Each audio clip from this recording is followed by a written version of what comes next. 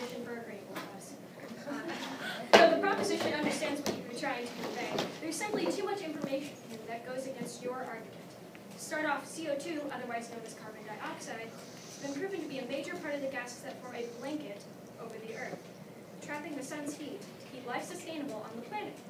For most of known history, CO2 levels have remained somewhere between 180 and 300 parts of the atmosphere per million. However, things like coal-using power plants and automobiles, amongst many other things, which produce 2.5 billion and 1.5 billion tons of CO2 respectively each year, have caused that to change. Since the Industrial Revolution, CO2 levels have risen to 400 parts per million, 40% higher than they've been in almost a million years.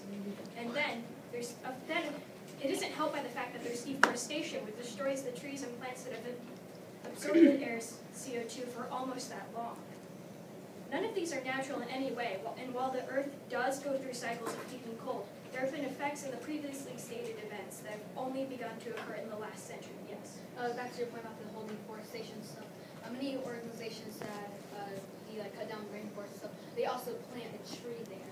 So they're even when they take down their silkworms and environments. Yes, but those are baby trees. They don't really do a whole lot, and most of the trees in the rainforest end up dying out because of the larger trees taking up all the sunlight. Thank you.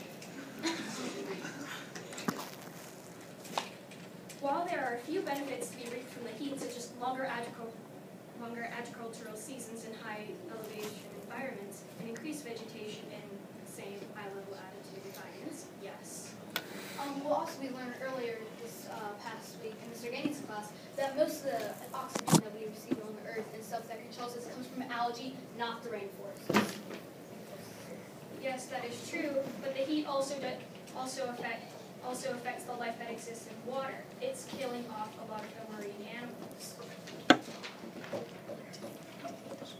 And, thank you, 20% comes from the rainforest. So while a majority does come from the algae, a huge chunk is being taken out of the equation. Yes. Okay, well also we learned earlier this year with the whole timetable thing, that algae was one of the first things on here, when carbon dioxide was one of the major things on Earth. So therefore the heat shouldn't be affecting the algae that much. It'll just have to go through survival of the fittest again, or that other stuff that's called. Yes, but we also reflection.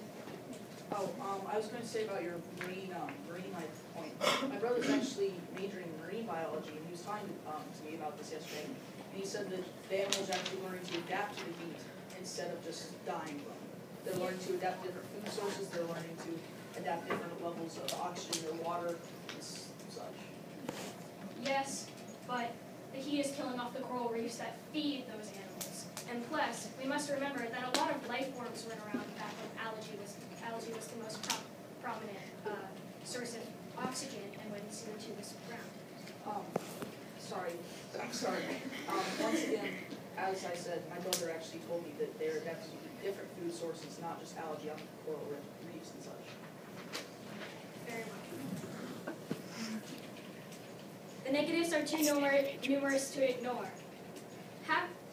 Higher global temperatures will and have led to unprecedented Arctic thawing, which are not only causing Arctic ecosystems to fall, but for the sea to rise. Historically, waterside cities have held the largest populations, and it still shows today. 39% of the U.S. population.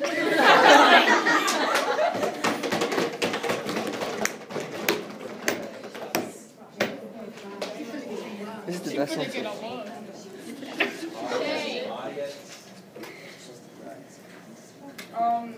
Everyone, the ice caps aren't melting that.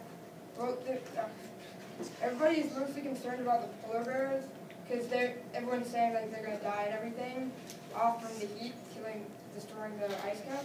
But if you were here in seventh grade, we watched a documentary on Al Gore and global warming, and one of the major topics of that thing was save the polar bears, and they're actually adapting to different diets so they would live through the heat.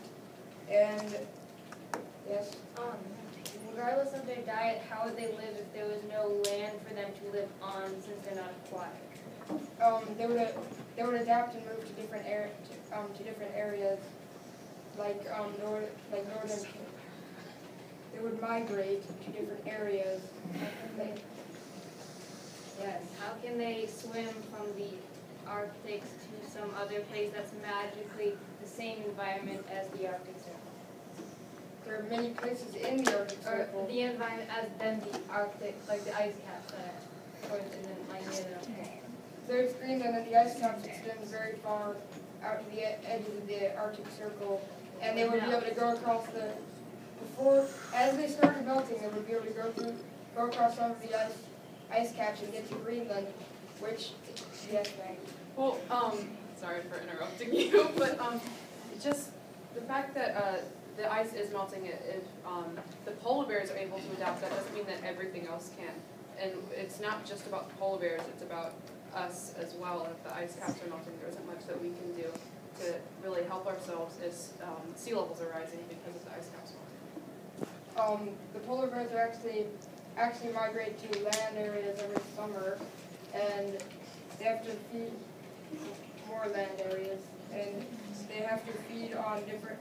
They would eat less of a aquatic diet and more of things that would live more on land and less on the ice, more on water and land. Feasting on snow geese, eggs, and caribou, and natural selection would actually would kick in, and most of them would be able to survive from adaptations that would go on since even if global warming was going up to some huge rate, it would still a slow process, so they would still have time to adapt to it, even if it was such a huge thing. Yes? Adaptation is also a very slow process. So while global warming may take a long time, adaptations can potentially take even longer. Potentially, but Likely. some adaptations can actually go very quickly. Like so, there could be multiple adaptations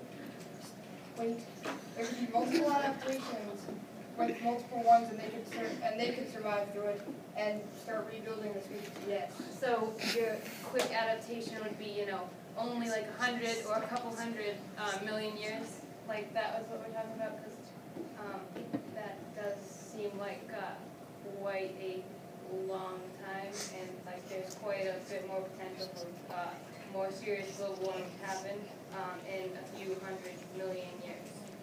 And well, yeah, adaptations can happen in less than 100 million years. It can, but we're not, and they could go quickly in the sense of global warming is like they could take a couple thousands of years to go to something that would be easily. Time. Okay, very good second round.